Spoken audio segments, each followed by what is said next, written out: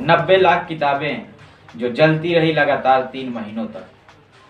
भारत के अद्भुत ज्ञान जिसे बख्तियार खिलजी ने 12वीं शताब्दी में पूरी तरह आग के हवाले कर दिया और उन ज्ञान को बांटने वाले गुरुओं को भी जिंदा जला दिया गया और मार दिया गया। जी हाँ दोस्तों, अगर आपसे बात की जाए दुनिया की टॉप यूनिवर्सिटीज़ के बारे में तो आपका जवाब होगा हार्वर्ड, ऑक्सफोर्ड जैसे यूनिवर्सिटी। लेकिन आज से 1500 साल पहले भारत में स्थित एक ऐसी यूनिवर्सिटी थी जिनमें 9 मंजिला इमारत में 90 लाख किताबों का लाइब्रेरी हुआ करती थी। आज हम बात करेंगे इसी विषय पर, नालंदा यूनिवर्सिटी और उस यूनिवर्सिटी को क्यों बख्तियार खिलजी ने जलाया और इसके क्या क्या महत्व हैं। चलिए दोस्तों, वीडियो को स्टार्ट करते हैं। उससे पहले चैनल को सब्सक्राइब कर लें, लाइक कर लें। दोस्तों, सबसे पहले बात करेंगे हम नालंदा यूनिवर्सिटी के बारे में, यानी इंट्रोडक्शन के बारे में। नालंदा यूनिवर्सिटी दुनिया की सबसे प्राचीनतम यूनिवर्सिटी है और इस समय यह बिहार में स्थित है। नालंदा संस्कृत के 3 शब्दों से मिलकर के बना है, ना, आलम, दा, जिसका अर्थ होता है अनस्टॉपेबल फ्लो ऑफ नॉलेज, यानी न रुकने वाले ज्ञान का प्रवाह। दोस्तों, नालंदा महावीरा की जानकारी हमें हुंग सेंग और इंस्टिंग जैसे चाइनीज ट्रेवलर्स के किताबों से मिलती है।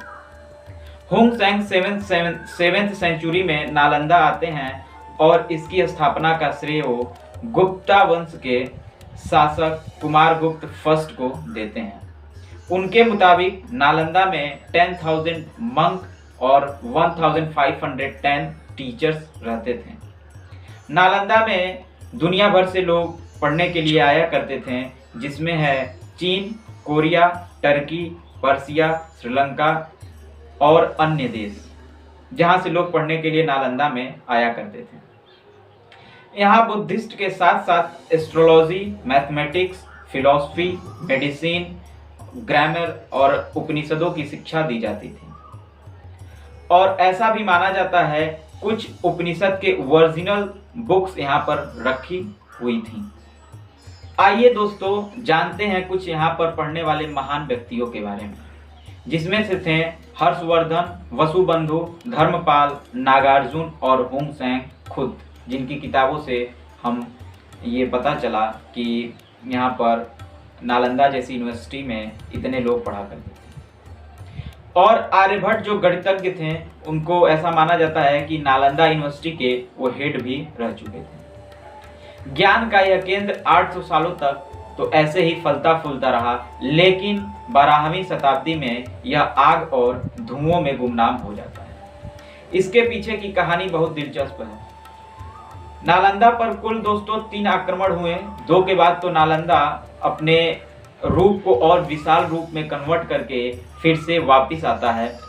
और तीसरा आक्रमण जो बख्तियार खिलजी द्वारा होता है दोस्तों, यह आक्रमण के बाद नालंदा की सारा ज्ञान हवाओं में आग के हवाले हो गया।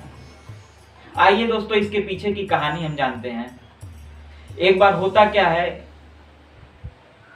बख्तियार खिलजी की तबीयत खराब होती है। तमाम हकीमों, दवाओं और दुआओं के बाद भी उनकी तबीयत में कोई भी सुधार नहीं होता है। सुधार नहीं होने के नाते उनको एक लोग सजेस्ट करते हैं कि नालंदा यूनिवर्सिटी में राहुल श्रीभद्राचार्य जी से आप इलाज करवाएं और आप सही हो जाएंगे। लेकिन बख्तियार खिलजी किसी काफिर यानी गैर मुस्लिम से इलाज कराने के लिए राजी नहीं थे। इस कारण से दोस्तों वे उनको बुलाते नहीं हैं। लेकिन जब तबीयत और बिगड़ती जाती है तो उन्होंने सोचा कि क्यों ना उन्हें एक बार बुला करके देख ही लिया जाए, इसमें क्या जाता है। फिर राहुल श्रीभद्रा जी आते हैं और उनके इलाज के लिए जब जाते हैं तो खिलजी ने किसी भी प्रकार की मेडिसिन लेने से मना कर दिया। लेकिन फिर भी राहुल जी उनको ये आश्वासन देते हैं कि आपकी तबीयत में सुधार जल्द ही हो जाएगा। हुआ ये था दोस्तों, वे उनको एक कुरान की किताब देते हैं और बोलते हैं कि आप इसकी हर रोज एक आयत पढ़ा करें। और जब वे कुरान की किताब दे करके चले जाते हैं, खिलजी उसको पढ़ा करते हैं, धीरे धीरे उनकी तबीयत में सुधार हो जाता है। तो वे सोचते हैं ऐसा क्या हुआ था कि मैं ठीक हो गया। राहुल श्रीभद्राचार्य ने उस कुरान की किताब में मेडिसिन लगा दिया था, और जब वे कुरान को पढ़ते हैं तो मेडिसिन खिलजी के शरीर तक पहुंच जाता था और इससे उनकी तबीयत में सुधार हो गया।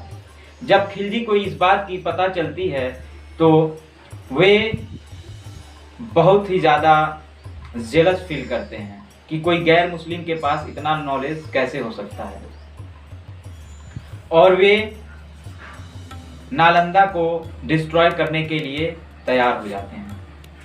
दोस्तों, ये नालंदा का डिस्ट्रॉय नहीं था, ये तो पूरी दुनिया के ज्ञान का डिस्ट्रॉय था, जो हर किसी के लिए महत्वपूर्ण था।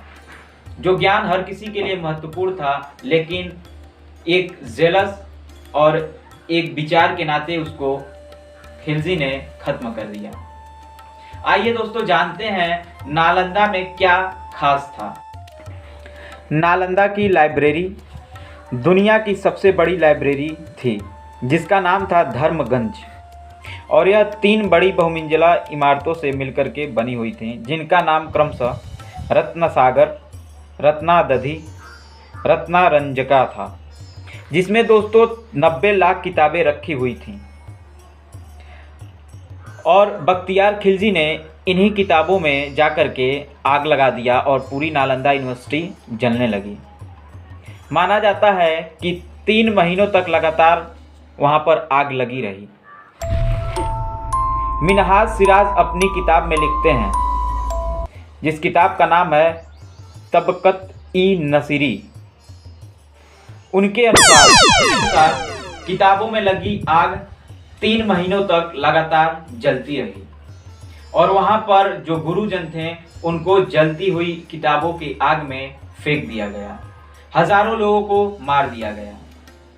दोस्तों, किसी विचार के नाते इतनी बड़ी हत्या, इतने बड़े जन समुदाय और इतने बड़े ज्ञान के भंडार को आग के हवाले कर देना कहाँ तक उचित था।